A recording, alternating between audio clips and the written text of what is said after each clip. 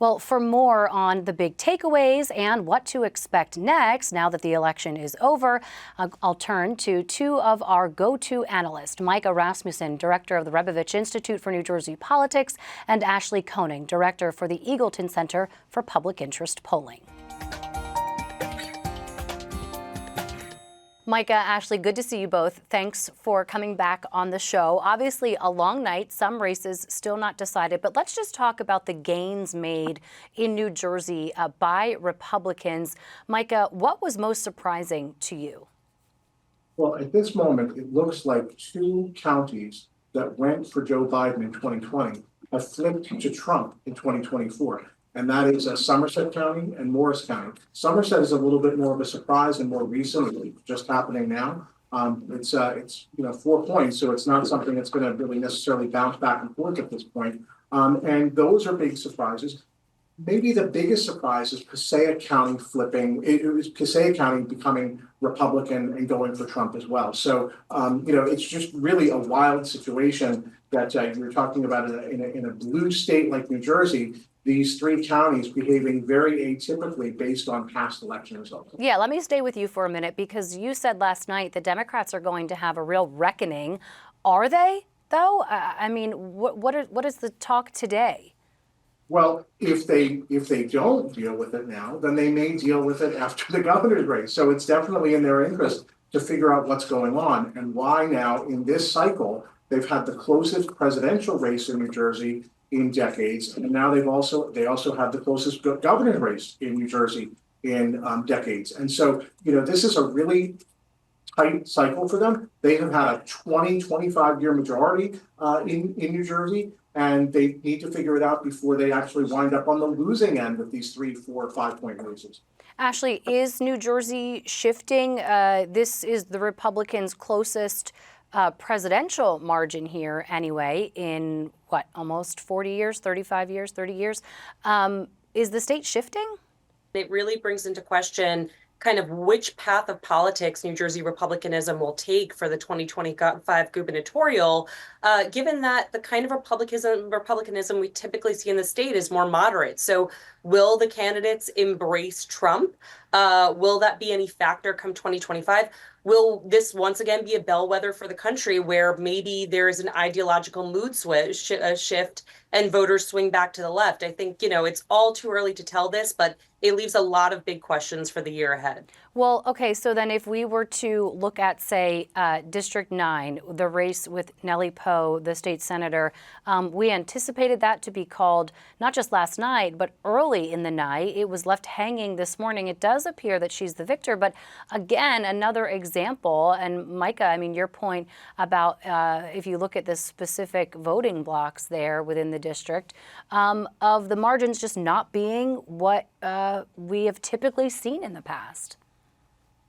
Yeah, Passaic County in particular has a problem with turnout. And and that we have seen over the last couple of elections. We saw that in the governor's race. It's one of the reasons why Phil Murphy wound up in such an unexpectedly tight race. Among other reasons, was a very tight margin in Passaic. Voters in Paterson just don't seem to be coming out for the most part. And so that's part of it for sure. But beyond that, it is also the county in the state with the largest Muslim population and one of the largest in the country. So you may be seeing some of them. We have to see as more numbers come in and more precincts come in. You have to dig into it. But maybe Harris and the Democrats were having some of the problem that you saw in some of the Muslim areas of Michigan. If we shift over to District 7, Tom Kean did pull out the win over Sue Altman. The polls were showing at the very end anyway that on the issues, the two appeared to be somewhat neck and neck, but Kean did pull out the win. Ashley, what were the indicators there in terms of perhaps the president helping Kean? Was it the top of the ticket? Yeah, we certainly saw that areas like Somerset County flipped to Trump this time around. And so certainly Trump may have really helped Kean there. In fact, it's as interesting that it was as close a race as it became, given that Altman was really an outsider to her party and didn't receive funding until late. But at the same time, Kane's lack of visibility from the media. So it was certainly an interesting race to watch. Democrats nationally really entering that race late, but of course, a lot of money spent in that district.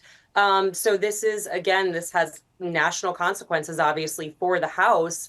This was something that could have potentially been turned back, but we know with the 7th that it's often changed hands in the past few election cycles, even before Malinowski's. So, this is not necessarily surprising, but maybe surprising about how close it was. All right, now how does this all set the stage for next year for the gubernatorial election? We were talking a bit in the newsroom this morning that New Jersey has tended to go the opposite, right, of whichever party holds power in the White House. But it seems like that may not be the case. I don't know. Micah, what do you think? Well, there's a lot to unpack there, because first of all, there could be an early midterm penalty, as you see in midterm years, for the party in power. And of course, New Jersey and Virginia are going to see that first, since we have our elections next year. If the honeymoon period has ended, if campaign promises haven't been met, if people are cranky at the president, at the White House, then his party can pay the penalty for that. On the other hand, we want to be careful not to extrapolate too much, because there's a difference between voters that vote in presidential elections and voters that vote in all elections or in governor's elections. So we just don't know which voters Republicans will be able to hold on to that turned out this year. They're certainly going to do what they can to hold on as many as they can. Ashley, just a few seconds, final thoughts on that. Yeah, I mean, again, it's going to come down to the economy. We saw it with Chitterelli and Murphy. Again, this is going to be a prominent issue in 2025. And Democrats have to realize that that is the issue at the top of voters' minds in New Jersey and across the rest of the country as well. All right, Ashley, Micah, good to talk to you both. Thanks so much. Thanks. Thank you.